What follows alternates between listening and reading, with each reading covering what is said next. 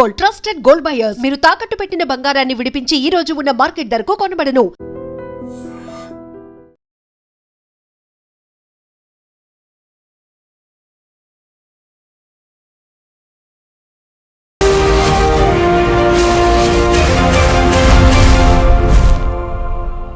నమస్తే, welcome to I dream social spotlight with Kavitha. Make America great again అనే నినాదంతో America అధ్యక్షుడిగా పగ్గాలు చేపట్టినటువంటి డొనాల్డ్ ట్రంప్ అక్కడున్నటువంటి టెక్ సంస్థలకు కూడా దేశభక్తి పెంచుకోవాలని చెప్పారు. అమెరికాలో సబ్సిడీలు తీసుకుంటూనే విదేశాల్లో కంపెనీలు పెడుతున్నారు, ఇండియన్స్ ని హైర్ చేసుకుంటున్నారు. అది కాదు కావాల్సింది, ఫస్ట్ అమెరికన్లకి ప్రాధాన్యత ఇవ్వాలి అని చెప్పారు. యాక్చువల్ గా మన భారతదేశానికి చెందినటువంటి ఉద్యోగుల మీద ఎఫెక్ట్ పడుతుందా, మన వాళ్ళు ఎలా ఆలోచించాలి, తిరిగి భారత్ కి రావాల్సినటువంటి పరిస్థితులు వచ్చాయా? మనతో పాటుగా ఉన్నారు centre for human security studies founder doctor Ramesh Kanneganti గారు. రమేష్ గారు నమస్తే కవిత మేడం గారు. సో అమెరికా ఫస్ట్, లాయల్ గా ఉండండి అనేటువంటి మాటల్ని నిన్న ఏఐ సమ్మిట్ లో డొనాల్డ్ ట్రంప్ అక్కడ ఉన్నటువంటి కంపెనీలకు చెప్పారు. సో దాని సారాంశం ఏంటి? భారతీయులకు ఉద్యోగాలు అస్సలే ఇవ్వద్దు అనా, లేకపోతే మన వాళ్ళకి ప్రయారిటీ ఎక్కువ ఇవ్వమనా? కవిత గారు, first I would like to thank you for bringing out a wonderful and very timely topic. చాలా కాంటెంపరీ, లేటెస్ట్. అంటే మీరు గత 12 గంటల్లో జరిగిన దాని గురించి మాట్లాడమని అడుగుతున్నారు. సో మన ఐ డ్రీమ్ ప్రేక్షకులకి it's definitely going to benefit. నేను డాక్టరేట్ ఇన్ అమెరికన్ స్టడీస్ చేశాను, పిహెచ్డి ఇన్ అమెరికన్ స్టడీస్.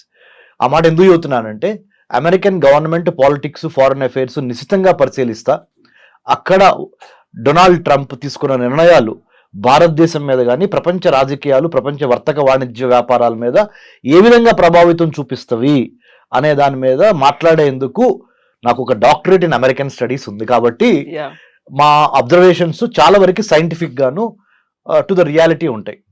మీరు అడిగిన ప్రశ్నకి నా సమాధానం నెంబర్ 1 ఏంటంటే, డొనాల్డ్ ట్రంప్ నిన్న ఏ యాక్షన్ ప్లాన్ని విడుదల చేస్తా కృత్రిమ మేధస్సుతో ఏ విధంగా సంపద సృష్టి చేయాలి అనేది నెంబర్ 1 లక్ష్యం. దాంట్లో భాగంగా let's make America great again, MAGA MAGA, make America great again అని డొనాల్డ్ ట్రంప్ ఎలక్షన్ నినాదంతో ఎలక్షన్ గెలిచారు.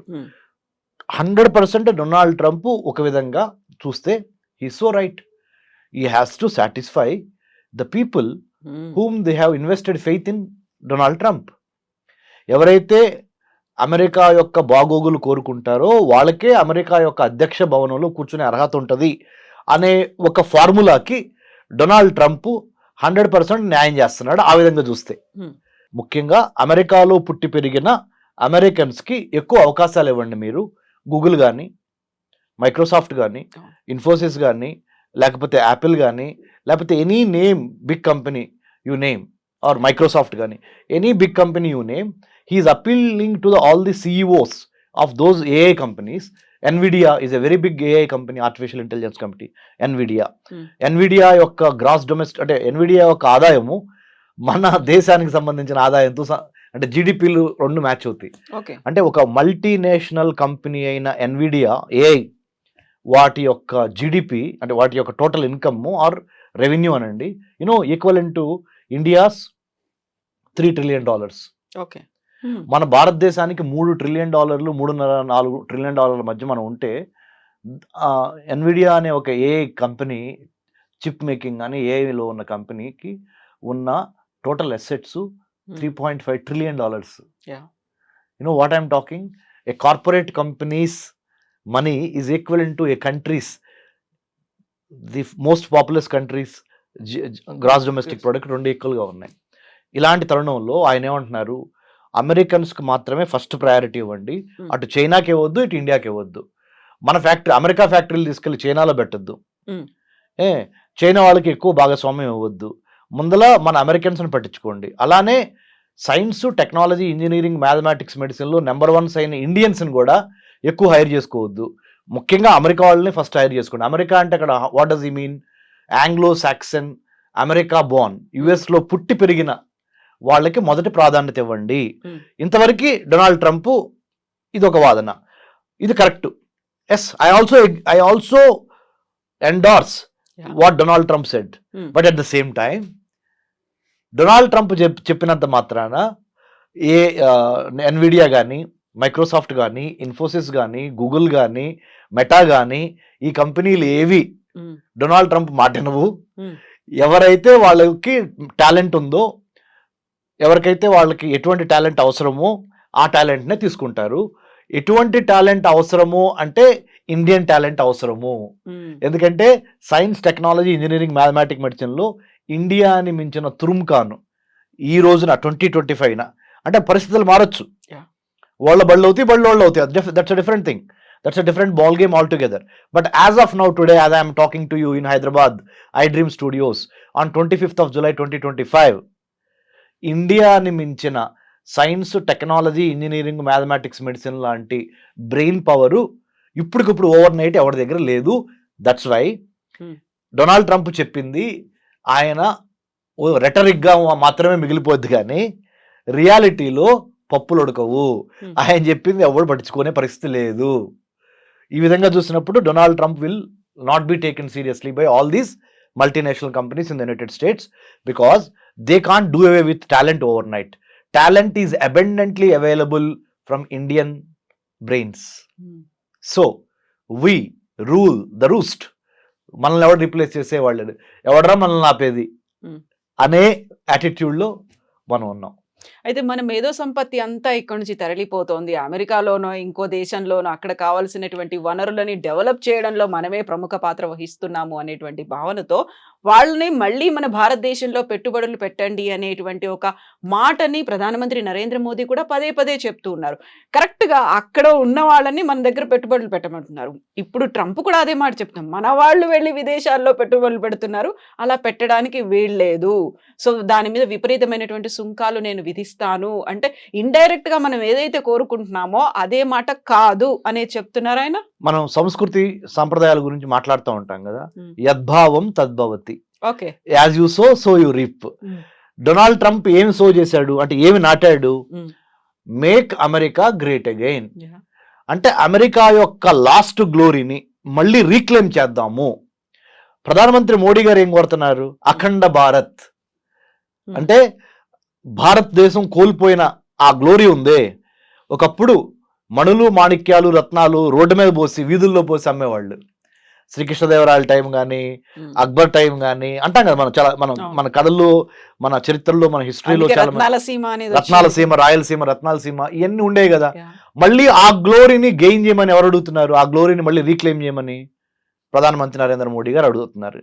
తప్పేమన్నా ఉందా? భారతదేశం నుంచి చూసినప్పుడు ప్రధానమంత్రి నరేంద్ర మోడీ గారు చెప్పిన మాట తప్పు లేదు.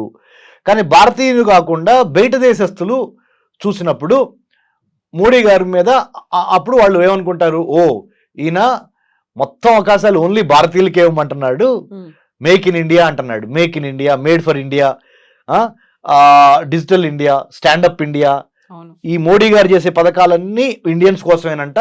మనం వెల్కమ్ కాదు, ఇది ఫారెన్ టాలెంట్, మనం ఎందుకులో వెళ్తాము, ఆయన మనకి మ్యాచ్ అవ్వదు అని భావన వస్తుంది. అట్లానే డొనాల్డ్ ట్రంప్ కూడా when he speaks for the country, because he one the election by American voters. America యొక్క ఓటు హక్కును ఉపయోగించుకొని, అమెరికాలో పుట్టి అమెరికాలో పెరిగి ఓటు హక్కు ఉపయోగించుకొని అమెరికా అధ్యక్షుడైన ఆయన ఆబ్వియస్లీ ఫస్ట్ ప్రిఫరెన్స్ అమెరికాకే ఇస్తాడు. సో దాంట్లో మనం ఆశ్చర్యపోవాల్సిన అవసరం కానీ, దాన్ని ఒక వివాదాస్పదంగా చూడాల్సిన అవసరం కానీ లేదు. రియాలిటీని రియాలిటీ లాగా యాక్సెప్ట్ చేసి ఎక్కడ కలుస్తాము, ఎక్కడ విడిపోతాము, మళ్ళీ ఎక్కడ కలుస్తాము అని. There are no permanent friends, there are no permanent enemies in international relations. Only interest of that particular nation at that particular moment is permanent. అంతర్జాతీయ సంబంధాల్లో శాశ్వత శత్రువులు, శాశ్వత మిత్రులు లేరు. ఆ దేశ ప్రయోజనాలే శాశ్వతంగా ఆ దేశాధ్యక్షుడు పనిచేస్తాడు దానికోసం. ఇప్పుడు దేశభక్తి పెంచుకోవాలి, లాయల్ గా ఉండాలి, జాతీయవాదాన్ని పెంచుకోండి అనేది వాళ్ళ స్వార్థంగా చూడాలా, లేకుంటే నిజంగానే అమెరికా ఏదైతే ఆ గ్లోరీని పోగొట్టుకుందో దానికోసం మళ్ళీ మనం చేయాలి? ఇప్పుడు నా టెన్యూర్ లో ఇలా జరగనివ్వను అనే ఒక మాట చాలా గట్టిగా చెప్తున్నారు ఆయన. నేను ఒప్పుకోను అనేది అన్నారు కదా ఆయన. అవును, ఆయన చెప్పిన దాంట్లో ఒక అమెరికా పౌరుడిగా ఆయన్ని బాగా అప్రిషియేట్ చేస్తారు. మరి మనం భారతదేశంలో కూర్చొని ఆయన నిర్ణయాలను విశ్లేషిస్తున్నాం. మనకు తప్పుగా అనిపిస్తాయి కొన్ని రైట్ అనిపిస్తాయి, రైట్? సో సేమ్ లాజిక్ ప్రధానమంత్రి మోడీ గారికి కూడా.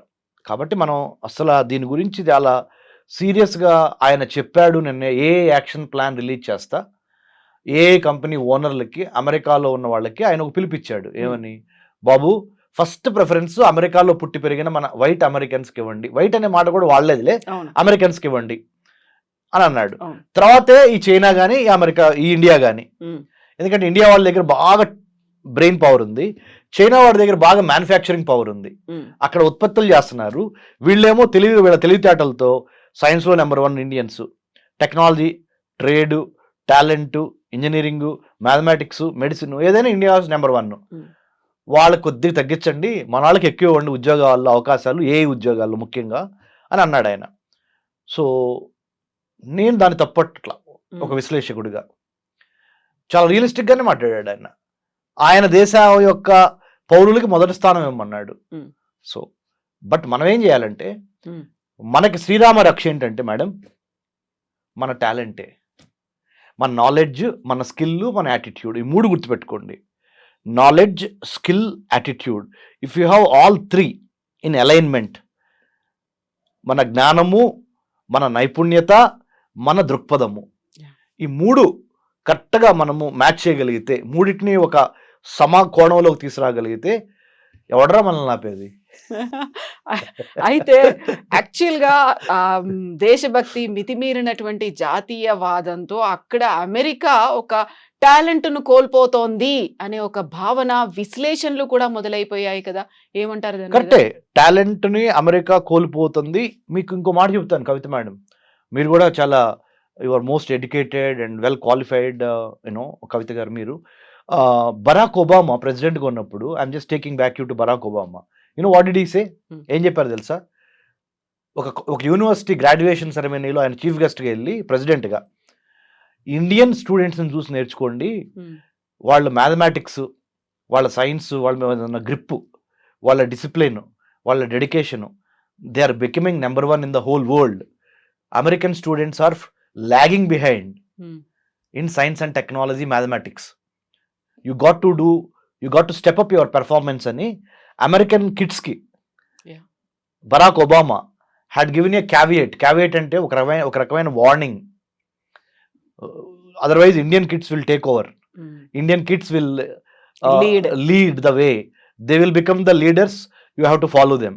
So better you catch up ani Barack Obama, the then president of the United States of America, అప్పుడు ఆ అమెరికన్ స్టూడెంట్స్కి ఒక గ్రాడ్యుయేషన్ సెరమనీలో యూనివర్సిటీలో చెప్పాడు.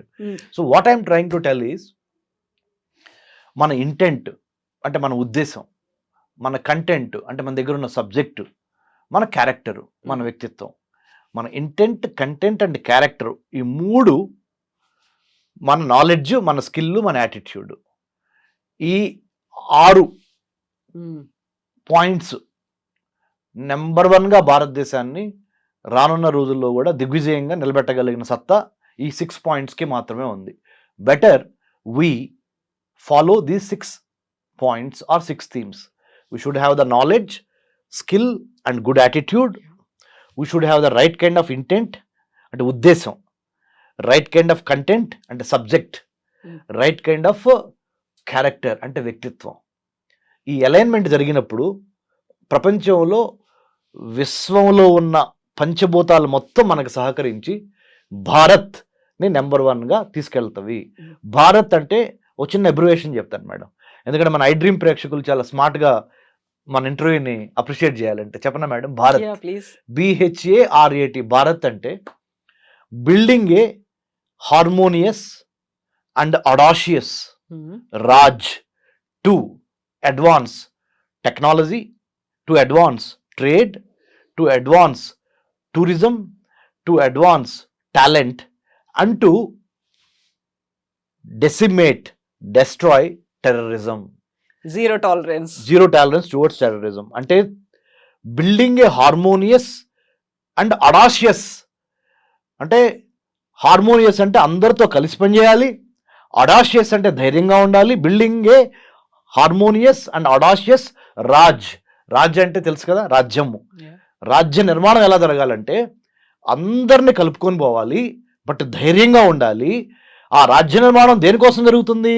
టు అడ్వాన్స్ వర్తకం, ట్రేడ్, ప్రతిభ, పాండిత్యం, పర్యావరణం అండ్ పర్యాటకం, Yeah. అండ్ టు స్టాప్ ఉగ్రవాదం. అది భారత్ అంటే నా అబ్రివేషన్. బాగుంది, చాలా బాగుంది. ఇప్పుడు మనం భారత్ గురించి మాట్లాడుకున్నప్పుడు నిన్న ట్రంప్ ఇంకొక మాట అన్నాడు, గ్లోబలైజేషన్ ని చాలా ఎక్కువగా మిస్యూజ్ చేస్తున్నట్టున్నారు, అది రాడికల్ గ్లోబలైజేషన్ లాగా మారిపోయింది, కొంచెం అలా ఆలోచించడం మానేయండి, మన కోసం, మన అమెరికన్స్ కోసం absolutely. ఆలోచించండి. I want to thank you. You know what? Again, you pulled me back to the second core principle of what Trump spoke. మీ యొక్క టాలెంట్ బయటపడుతుంది మేడం, యాజ్ ఎ యాంకర్ గా, యాజ్ ఎ హోస్ట్ గా. Thank you. Seriously, first point ఏమో ఆయన మాట్లాడింది చెప్పారు. Second point మీరు ఏం చెప్పారు? ఆయన స్పీచ్ లో రెండో అంశం. మొదటి పాయింట్ ఏంటి? ఏఐ యాక్షన్ ప్లాన్ లో ఆయన రిలీజ్ చేస్తా Hmm. ఏఐ కంపెనీలకి ఆయన ఒక మెసేజ్ చెప్పాడు, give more opportunities to local Americans Yeah. Rather than the Chinese or Indians. Second point ఏం చెప్పారు? రాడికల్ గ్లోబలైజేషన్ లో భాగంగా మనం ఎక్కువగా బయటికి చూస్తున్నాము, Hmm. ఉన్న వాళ్ళని అయిన వాళ్ళకేమో ఆకుల్లో పెడుతున్నాము, కాని వాళ్ళకేమో కంచాల్లో పెడుతున్నాం. ఎలా ఉంది నా తెలుగు? బాగుంది, బాగుందా? చాలా బాగుంది. అయిన వాళ్ళకేమో ఆకుల్లో పెడుతున్నాం, కాని వాళ్ళకేమో కంచాల్లో పెడుతున్నాం. అంటే ఆయన ఉద్దేశం ఏంటంటే, అయిన వాళ్ళు ఎవరు ఇక్కడ? ఆయన ఉద్దేశం ప్రకారం Americans. అమెరికాలో పుట్టి పెరిగిన లోకల్ అమెరికన్స్, వాళ్ళకేమో ఆకులేసి పెడుతున్నాం, ఇస్త్రాకులు, అవి కూడా చిరిగిన ఇస్త్రాకులు. కాని వాళ్ళు ఎవరు అంటే ఇటు అమెరికా, ఇటు చైనా వాళ్ళు, ఇటు ఇండియా వాళ్ళు, మన వాళ్ళు కాదు.